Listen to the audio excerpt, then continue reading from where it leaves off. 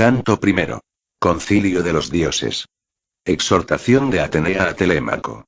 Háblame, musa, de aquel varón de multiforme ingenio que, después de destruir la sacra ciudad de Troya, anduvo peregrinando larguísimo tiempo, vio las poblaciones y conoció las costumbres de muchos hombres y padeció en su ánimo gran número de trabajos en su navegación por el Ponto, en cuanto procuraba salvar su vida y la vuelta de sus compañeros a la patria. Mas ni aun así pudo librarlos, como deseaba, y todos perecieron por sus propias locuras. Insensatos. Comiéronse las vacas de Helios, hijo de Hiperión, el cual no permitió que les llegara el día del regreso. Oh diosa, hija de Zeus. Cuéntanos aunque no sea más que una parte de tales cosas. Ya en aquel tiempo los que habían podido escapar de una muerte horrorosa estaban en sus hogares, salvos de los peligros de la guerra y del mar. Y solamente Odiseo, que tan gran necesidad sentía de restituirse a su patria y ver a su consorte, hallábase detenido en hueca gruta por Calipso, la ninfa veneranda, la divina entre las deidades, que anhelaba tomarlo por esposo. Con el transcurso de los años llegó por fin la época en que los dioses habían decretado que volviese a su patria, aunque no por eso debía poner fin a sus trabajos, ni siquiera después de juntarse con los suyos. Y todos los dioses le compadecían, a excepción de Poseidón, que permaneció constantemente irritado contra el divinal Odiseo hasta que el héroe no arribó a su tierra. Mas entonces habíase ido aquel al lejano pueblo de los etíopes, los cuales son los postreros de los hombres y forman dos grupos, que habitan respectivamente hacia el ocaso y hacia el orto de Hiperión, para asistir a una hecatombe de toros y de cordero. Mientras aquel se deleitaba presenciando el festín, congregáronse las otras deidades en el palacio de Zeus olímpico. Y fue el primero en hablar el padre de los hombres y de los dioses, porque en su ánimo tenía presente al ilustre Egisto, a quien dio muerte el preclaro Orestes Agamenónida. Acordándose de él, dijo a los inmortales estas palabras. Oh dioses. ¿De qué modo culpan los mortales a los númenes? Dicen que las cosas malas les vienen de nosotros, y son ellos quienes se atraen con sus locuras infortunios no decretados por el destino. Así ocurrió a Egisto que, oponiéndose a la voluntad del hado, casó con la mujer legítima del Átrida, y mató a este cuando tornaba a su patria, no obstante que supo la terrible muerte que padecería luego. Nosotros mismos le habíamos enviado a Hermes, el vigilante Argifontes, con el fin de advertirle que no matase a aquel ni pretendiera a su esposa. Pues Orestes Átrida tenía que tomar venganza no bien llegara a la juventud y sintiese el deseo de volver a su tierra. Así se lo declaró Hermes. Mas no logró persuadirlo, con ser tan excelente el consejo, y ahora Egisto lo ha pagado todo junto. Respondióle Atenea, la deidad de ojos de lechuza. Padre nuestro, Crónida, el más excelso de los que imperan. Aquel yace en la tumba por haber padecido una muerte muy justificada. Así perezca quien obre de semejante modo. Pero se me parte el corazón a causa del prudente y desgraciado Odiseo, que, mucho tiempo ha, padece penas lejos de los suyos, en una isla azotada por las olas, en el centro del mar. Isla poblada de árboles, en la cual tiene su mansión una diosa, la hija del terrible Atlante, de aquel que conoce todas las profundidades del Ponto y sostiene las grandes columnas que separan la tierra y el cielo. La hija de este dios retiene al infortunado y afligido Odiseo, no cejando en su propósito de embelesarlo con tiernas y seductoras palabras para que olvide a Ítaca. Mas Odiseo, que está deseoso de ver el humo de su país natal, ya de morir siente anhelos, y a ti, Zeus olímpico, ¿no se te conmueve el corazón?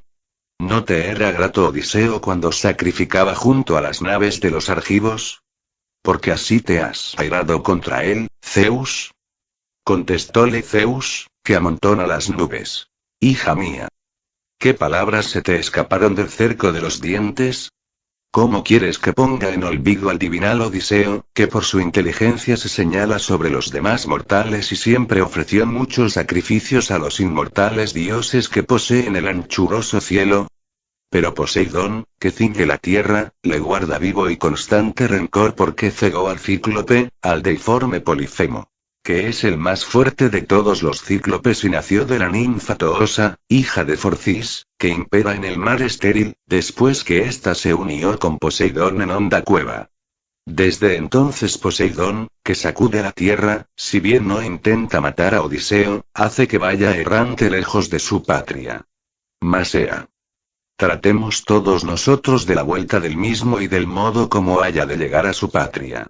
Y Poseidón depondrá la cólera, que no le fuera posible contender, solo y contra la voluntad de los dioses, con los inmortales todos. Respondióle enseguida Atenea, la deidad de ojos de lechuza. Padre nuestro, Crónida, el más excelso de los que imperan. Si les place a los bienaventurados dioses que el prudente Odiseo vuelva a su casa, mandemos enseguida a Hermes, el mensajero Argifontes, a la isla. Y manifieste cuanto antes a la ninfa de hermosas trenzas la verdadera resolución que hemos tomado sobre la vuelta del paciente Odiseo, para que el héroe se ponga en camino. Yo, en tanto, yéndome a Ítaca, instigaré vivamente a su hijo y le infundiré valor en el pecho para que llame al ágora a los melenudos aqueos, y prohíba la entrada en su casa a todos los pretendientes, que de continuo le degüellan muchísimas ovejas y flexípedes bueyes de retorcidos cuernos. Y le llevaré después a la arenosa Pilos para que, preguntando y viendo si puede adquirir noticias de su padre, consiga ganar honrosa fama entre los hombres. Dicho esto, calzóse los áureos divinos talares que la llevaban sobre el mar y sobre la tierra inmensa con la rapidez del viento. Y asió la lanza fornida, de aguda punta de bronce, pesada, larga, robusta, con que la hija del prepotente padre destruye filas enteras de héroes siempre que contra ellos monta en cólera.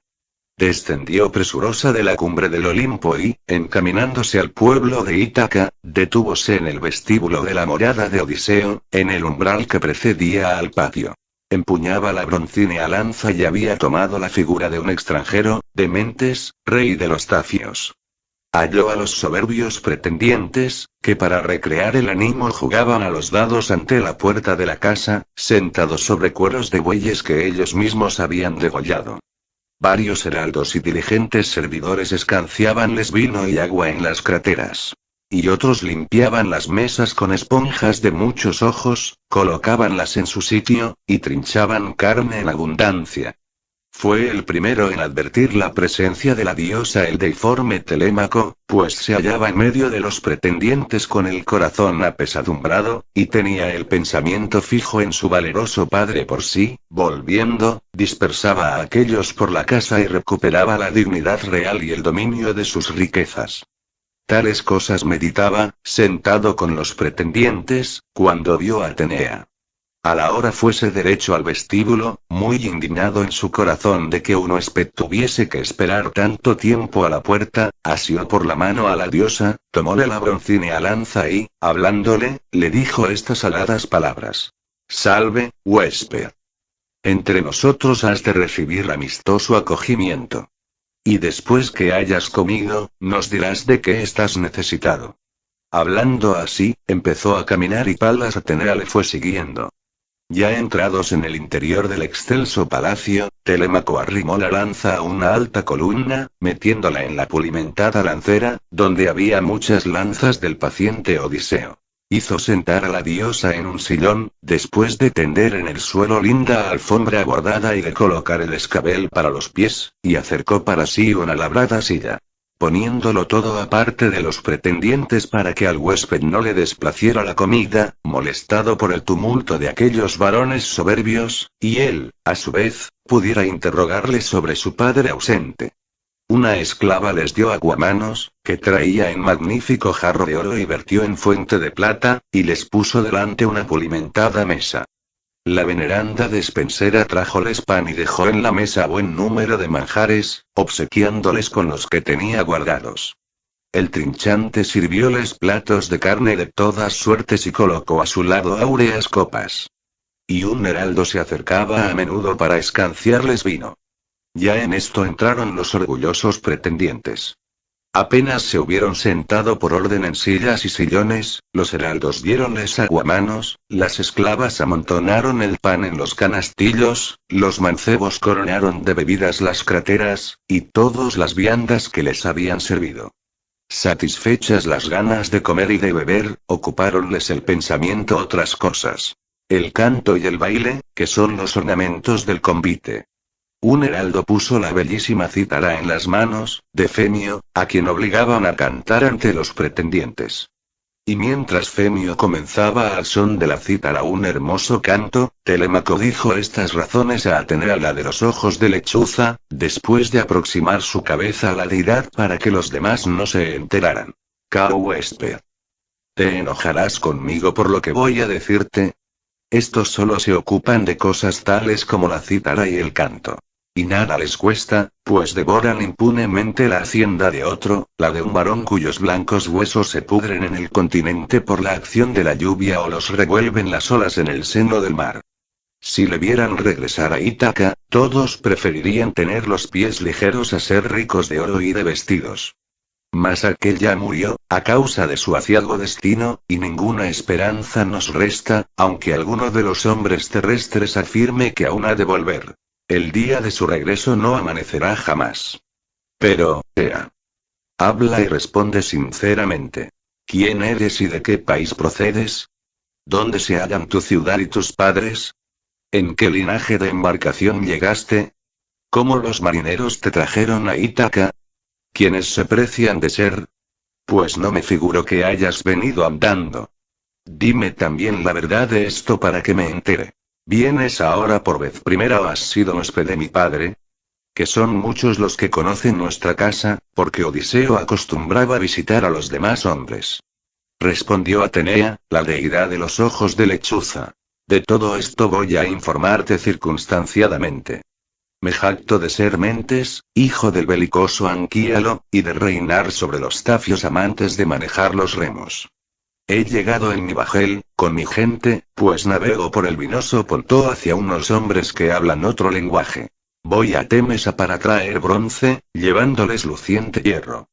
Anclé la embarcación cerca del campo, antes de llegar a la ciudad, en el puerto retro que está al pie del selvoso Nello. Nos cabe la honra de que ya nuestros progenitores se daban mutua hospitalidad desde muy antiguo, como se lo puedes preguntar al héroe Laertes.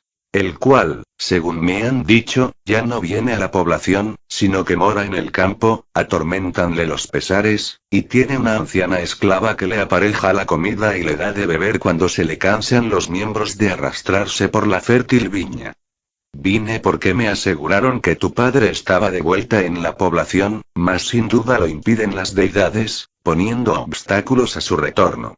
Que el divinal Odiseo no desapareció aún de la tierra, pues vive y está detenido en el vasto Ponto, en una isla que surge entre las olas, desde que cayó en poder de hombres crueles y salvajes que lo retienen a su despecho.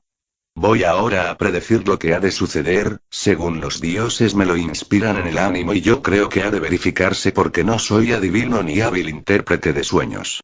Aquel no estará largo tiempo fuera de su patria, aunque lo sujeten férreos vínculos. Antes hallará algún medio para volver, ya que es ingenioso en sumo grado. Mas, Ea. Habla y dime con sinceridad si eres el hijo del propio Odiseo. Eres pintiparado a él así en la cabeza como en los bellos ojos. Y bien lo recuerdo, pues nos reuníamos a menudo antes de que se embarcara para Troya, a donde fueron los príncipes argivos en las cóncavas naves. Desde entonces ni yo he visto a Odiseo ni él a mí. Contestóle el prudente Telémaco. Voy a hablarte, oh huésped, con gran sinceridad. Mi madre afirma que soy hijo de aquel, y no sé más. Que nadie consiguió conocer por sí su propio linaje. Ojalá que fuera vástago de un hombre dichoso que envejeciese en su casa, rodeado de sus riquezas. Mas ahora dicen que desciendo, ya que me lo preguntas, del más infeliz de los mortales hombres. Replicóle Atenea, la deidad de ojos de lechuza. Los dioses no deben de haber dispuesto que tu linaje sea oscuro, cuando Penélope te ha parido cual eres. Mas, Ea, habla y dime con franqueza. ¿Qué comida, qué reunión es esta y qué necesidad tienes de darla? ¿Se celebra convite o casamiento? Que no nos hallamos evidentemente en un festín a escote. Paréceme que los que comen en el palacio con tal arrogancia ultrajan a alguien. Pues cualquier hombre sensato se indignaría al presenciar sus muchas torpezas. Contestóle el prudente Telémaco. Huésped. Ya que tales cosas preguntas e inquieres, sabe que esta casa hubo de ser opulenta y respetada en cuanto a que el varón permaneció en el pueblo. Mudóse después la voluntad de los dioses, quienes, maquinando males, han hecho de Odiseo el más ignorado de todos los hombres. Que yo no me afligiera de tal suerte si acabara la vida entre sus compañeros en el país de Troya o en brazos de sus amigos luego que terminó la guerra, pues entonces todos los aqueos le habrían erigido un túmulo y hubiese dejado a su hijo una gloria inmensa. Ahora desapareció sin fama, arrebatado por las arpías. Su muerte fue oculta e ignota. Y tan solo me dejó pesares y llanto. Y no me lamento y gimo únicamente por él, pues los dioses me han enviado otras funestas calamidades. Cuantos próceres mandan en las islas, en Duliquio, en Same y en la selvosa Zacinto, y cuantos imperan en la áspera Ítaca, todos pretenden a mi madre y arruinan nuestra casa. Mi madre ni rechaza las odiosas nupcias ni sabe poner fin a tales cosas, y aquellos comen y agotan mi hacienda, y pronto acabarán conmigo mismo. Contestóle Atenea muy indignada. Oh dioses. ¿Qué falta no te hace el ausente Odiseo, para que ponga las manos en los desvergonzados pretendientes? Si volvierais mostrara ante el portal de esta casa, con su yelmo, su escudo y sus dos lanzas, como la primera vez que le vi en la mía, bebiendo y recreándose, cuando volvió de Efira, del palacio de Hilo Mermérida, allá fue Odiseo en su velera nave por un veneno mortal con que pudiese teñir las broncíneas flechas. Pero Hilo, temeroso de los sempiternos dioses, no se lo procuró y entregóselo mi padre, que le quería muchísimo, sí, pues, mostrándose tal, se encontrara Odiseo con los pretendientes, fuera corta la vida de estos y bien amargas sus nupcias. Mas está puesto en manos de los dioses si ha de volver y tomar venganza en su palacio, y te exhorto a que desde luego medites cómo arrojarás de aquí a ellos pretendientes. Ea, óyeme, si te place, y presta atención a mis palabras. Mañana convoca en el ágora a los héroes aqueos, háblales a todos y sean testigos las propias deidades. Intima a los pretendientes que se separen, yéndose a sus casas. Y si a tu madre el ánimo le mueve a casarse, vuelve al palacio de su muy poderoso padre y allí dispondrán las nupcias y le aparejarán una dote tan cuantiosa como debe llevar una hija amada. También a ti te daré un prudente consejo, por si te decidieras a seguirlo. Apresta la mejor embarcación que hallares, con 20 remeros. Ve a preguntar por tu padre, cuya ausencia se hace ya tan larga, y quizá algún mortal te hablará del mismo o llegará a tus oídos la fama que procede de Zeus y es la que más difunde la gloria de los hombres. Trasládate primeramente a Pilos e interroga al divinal Néstor. Y desde allí ve a Esparta, al rubio Menelao, que ha llegado el potrero de los argivos de broncíneas corazas. Si oyeres decir que tu padre vive y ha de volver, súfrelo todo un año más, aunque estés afligido. Pero si te participaren que ha muerto y ya no existe, retorna sin dilación a la patria, erígele un túmulo, hazle las muchas exequias que se le hereben, y búscale a tu madre un esposo. Y así que hayas ejecutado y llevado a cumplimiento todas estas cosas, medita en tu mente y en tu corazón cómo matarás a los pretendientes en tu palacio. Si con dolo o a la descubierta. Porque es preciso que no andes en niñerías, que ya no tienes edad para ello.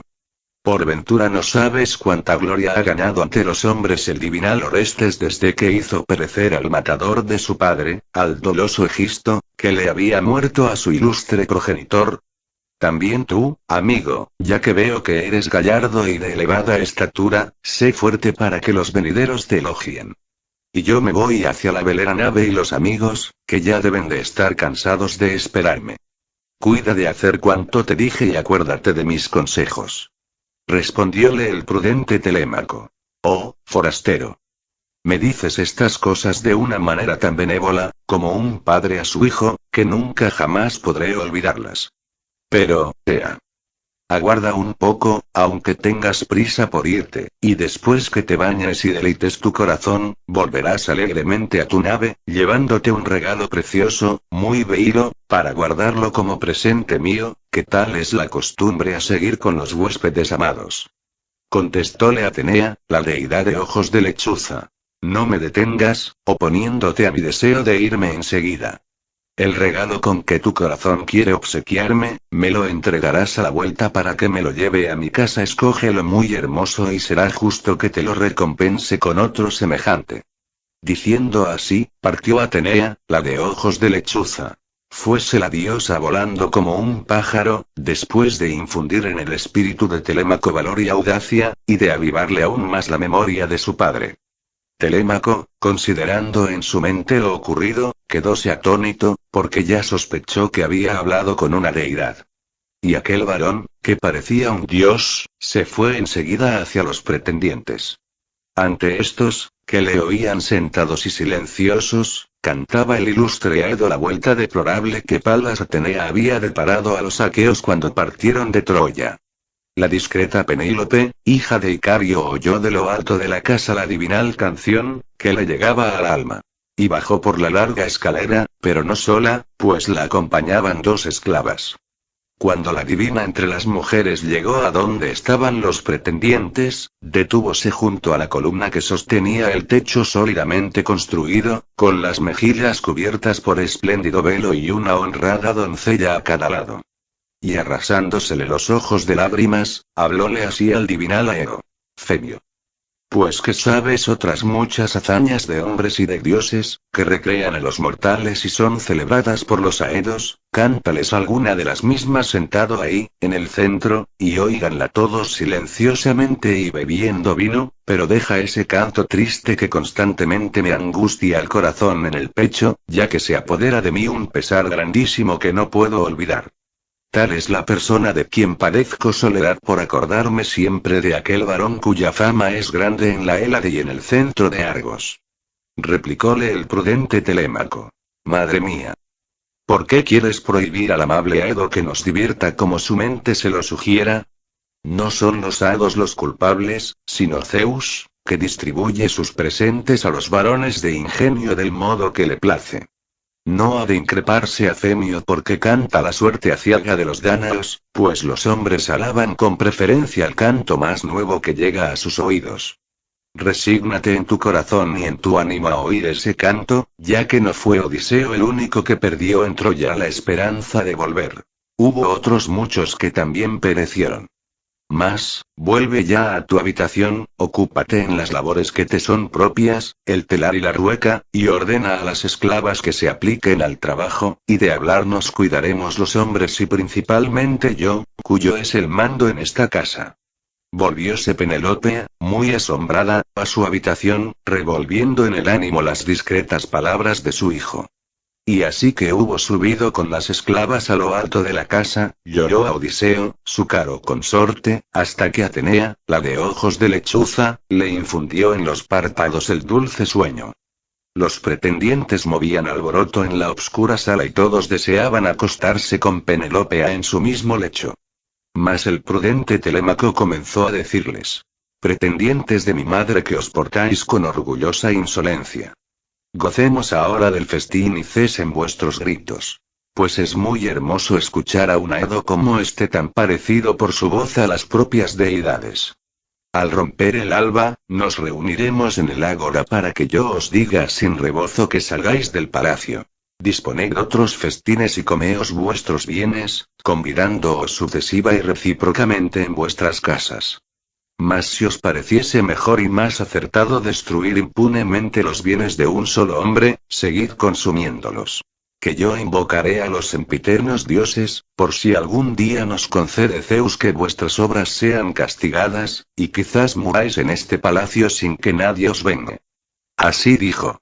Y todos mordieron los labios, admirándose de que Telémaco les hablase con tanta audacia. Pero Antínoe, hijo de Eupites, le repuso diciendo: Telémaco. Son ciertamente los mismos dioses quienes te enseñan a ser grandílocuo y a arengar con audacia, mas no quiera el Cronión que llegues a ser rey de Ítaca, rodeada por el mar, como te corresponde por el linaje de tu padre. Contestóle el prudente Telémaco. Antínoe. ¿Te enojarás acaso por lo que voy a decir?